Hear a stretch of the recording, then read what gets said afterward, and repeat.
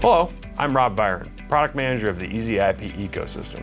I'm here to walk you through a little quick setup guide for the EasyIP 10 camera and the EasyIP Decoder.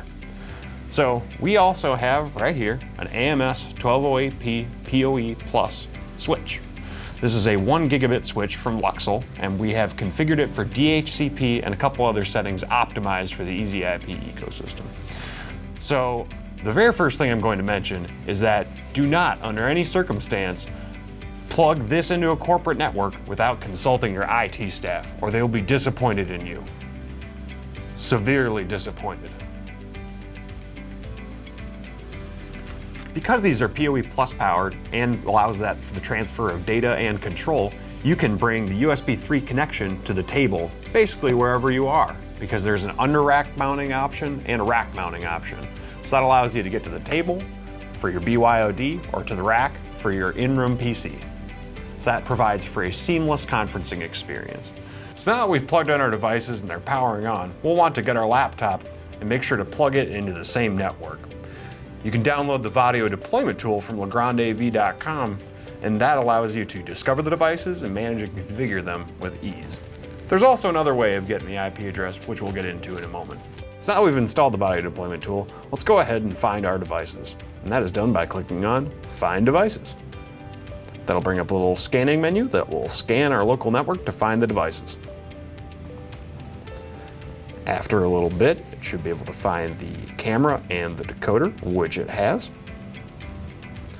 So we can go ahead and go to the decoders page where we can pair with the other camera. Now, it'll bring a little bit of a scary warning up here that can be safely ignored.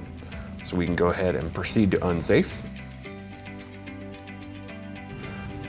When we get in here, we log in through the admin interface, type in the password, which you will have to commission. Go over to your directory, edit input, discover the devices, which will allow this program to pair the decoder to the camera. You can see it'll do up to 4. It'll also make you authenticate and provide a password for that, but I have already done that. So now I am officially paired with one of the cameras and can now steer it around. So you can see I can control the camera through this interface. I can control zoom. And if I have the USB plugged in, which I do, I can also pull the video up.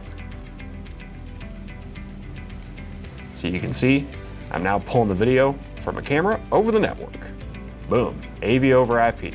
One of the advantages of AV over IP is now we get to plug in multiple cameras, which I have done. I went through the same process of discovering them and pairing them to the decoder that I showed earlier, and now I get to switch between all of them.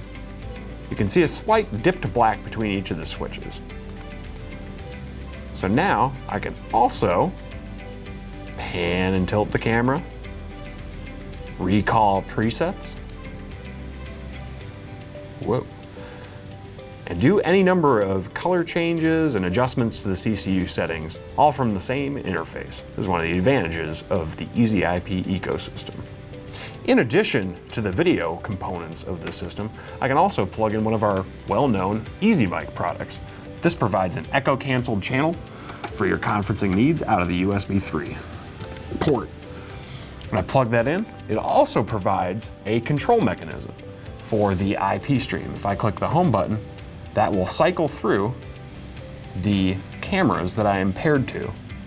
Allows you to, of course, do audio mutes, and then of course your volume up and down. Pretty neat control for the ecosystem. This has been a quick summary of a setup for the EasyIP ecosystem.